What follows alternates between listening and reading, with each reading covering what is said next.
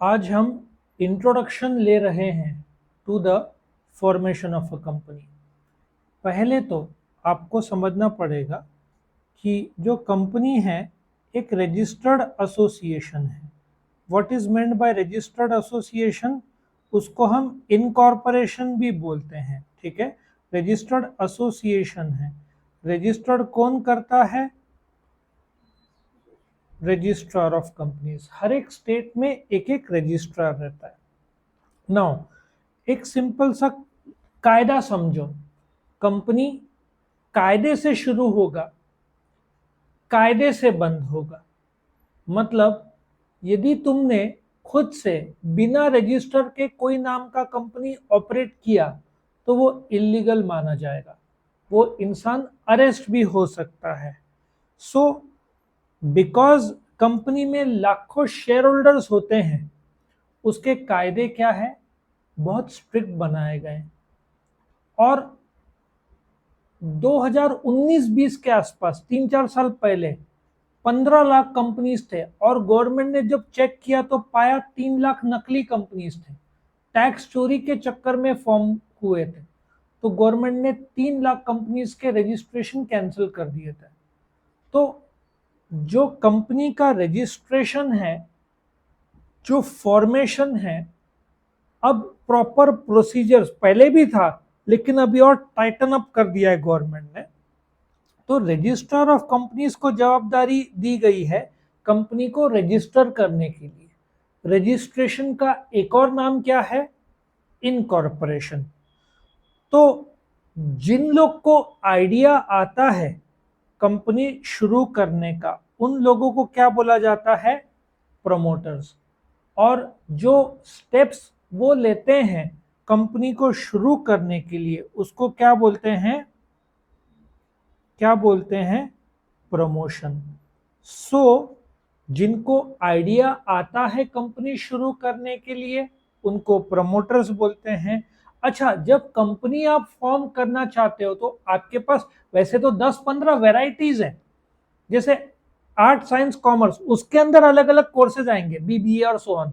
तो आपके पास 3 ऑप्शन है फॉर्म करने का। एक 1 पर्सन कंपनी जिसमें एक ही आदमी फॉर्म करेगा, और कंपनीज एक्ट 1956 में तो 1 पर्सन कंपनी का कंसेप्ट ही नहीं था, वहां पे मिनिमम 2 लोग लगते थे। ये तो कंपनीज एक्ट 2013 में इंट्रोड्यूस किया गया कंसेप्ट। प्राइवेट कंपनी में मिनिमम 2 और पब्लिक कंपनी में मिनिमम 7। पहले तो आपको सोचना है, आपको इसको शॉर्ट में ओपीसी बोलते हैं, आपको ओपीसी फॉर्म करना है या प्राइवेट फॉर्म करना है या पब्लिक। ओपीसी में मिनिमम 1 मैक्सिमम 1 होता है, प्राइवेट में मिनिमम 2 मैक्सिमम 200 होता है, पब्लिक में मिनिमम 7 मैक्सिमम अनलिमिटेड होता है।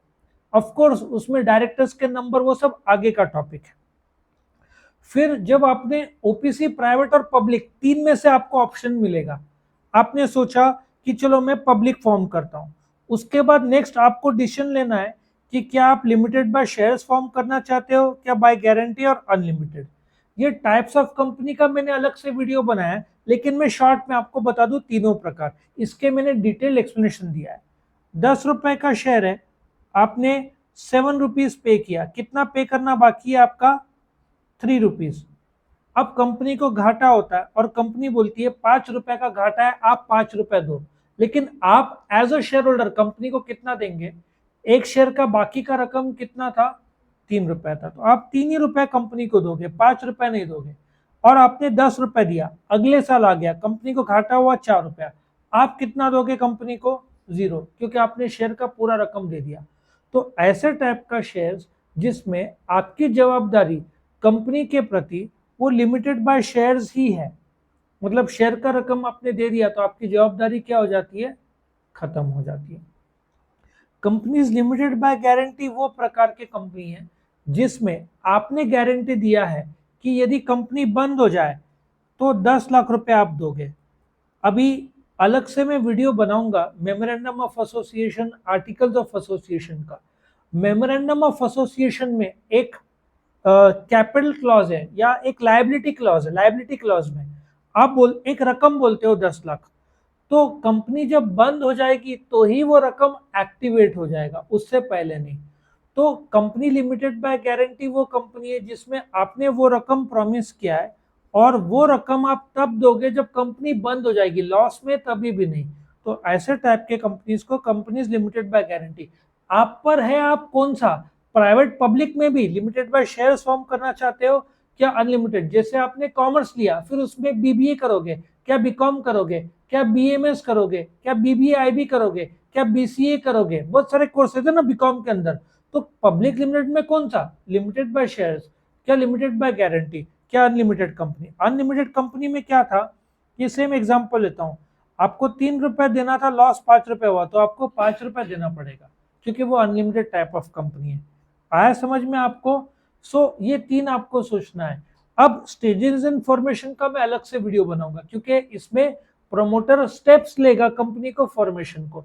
ये पूरा स्टेप्स जब पूरा होता है तो कंपनी फॉर्म होती है, उस फॉर्मेशन को प्रमोशन, ये स्टेप्स को प्रमोशन बोलते हैं, फॉर्मेशन को टेक्निकली इनकॉर्पोरेशन बोलते हैं जब कंपनी का रजिस्ट्रेशन होता है। रजिस्ट्रेशन कौन करता है? रजिस्ट्रार। कैसे रजिस्टर होता है? वो एक सर्टिफिकेट देता है, उस सर्टिफिकेट को बोलते हैं सर्टिफिकेट ऑफ इनकॉर्पोरेशन।